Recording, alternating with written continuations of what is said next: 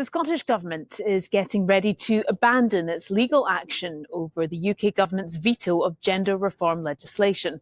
Parliament passed the reforms last year to make it easier for people to change their legally recognised sex. It was then blocked by the UK Government from becoming law. They said it would have an impact on equality legislation right across Great Britain. The Scottish Government's expected to announce tomorrow that its plans to appeal the decision have been ditched. Well, earlier on I spoke to Alapa MSP Ash Regan, who quit the Scottish Government and the SNP over the legislation. She gave me her reaction to the news.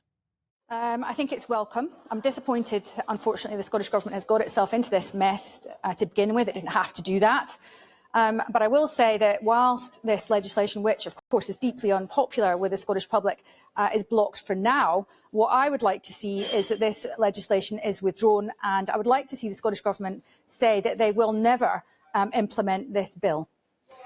You say that it was deeply unpopular, but it was passed by the Scottish Parliament. It was, but I think many of the people who were involved in watching that, such as yourselves and members of the public and stakeholders, would have said to you that the process was deeply flawed.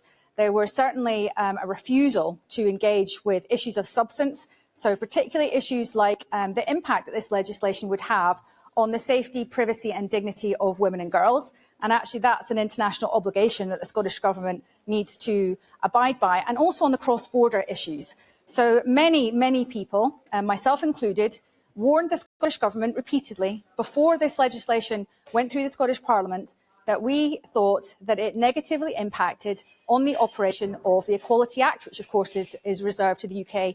And so we thought this wasn't competent, and so it seemed to be the case. I said earlier in this year, as far back as March, that the Scottish Government should not go to court on this issue.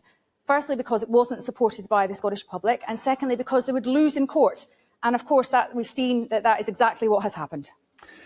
A lot of people who are supporters of Scottish independence and of devolution, like the SNP, say that there was a wider concern here, that the UK government was just trampling all over devolution and disregarding it and disregarding Scotland. Are you not concerned about that the Scottish government decided not to pursue this anymore because the UK government has got its way? I would like to see the Scottish Government withdraw this completely and not implement it. And I don't agree with that point about devolution. You know, I'm not a fan particularly of devolution. I want Scotland to be independent. I don't think that's any secret whatsoever. So, but this is how devolution works. We work under devolution. It's governed by the Scotland Act. And Section 35 is a process that was in the Scotland Act and it was signed up to by all parties. Everybody knew what they were getting into. So this isn't against devolution. This is devolution. This is how devolution works. If Scotland was independent, of course, we wouldn't be having this debate. This legislation would have been passed by the Parliament and it would have become law.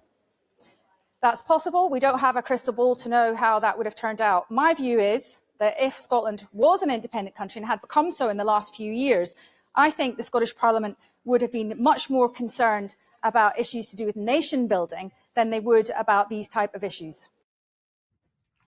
As Regan speaking to us a little earlier, there's been reaction from the Scottish Trans Alliance. They called the current system intrusive, stressful and difficult and said the bill passed last year would have improved trans men and women's lives.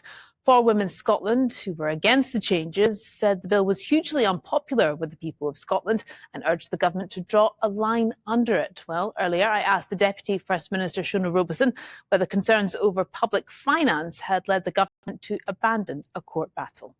Well, we've looked at that decision very carefully. It was a difficult decision and, of course, outrageous use of a Section 35 order. And, of course, we remain concerned about whether this will be a pattern of behaviour from the UK government. But we took all of the factors in the round around what the prospects of the case would be, as well as all the other considerations and the impact, indeed, on the trans community. So we've made that decision for all of the reasons that we have set out.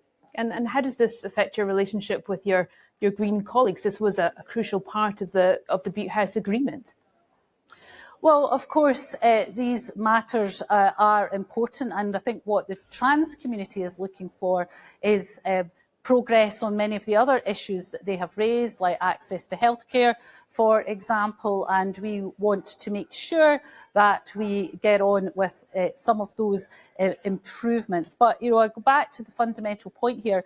Whatever the issue was, and in this case it was around GRR, the point here is that Scotland's democratic institution overwhelmingly supported a piece of legislation that is within devolved competence, and because the UK government and the Secretary of State for Scotland didn't like it, he thought he could ride roughshod over the democratic wishes of this Parliament.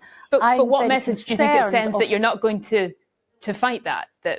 What does that say about devolution that you're giving up?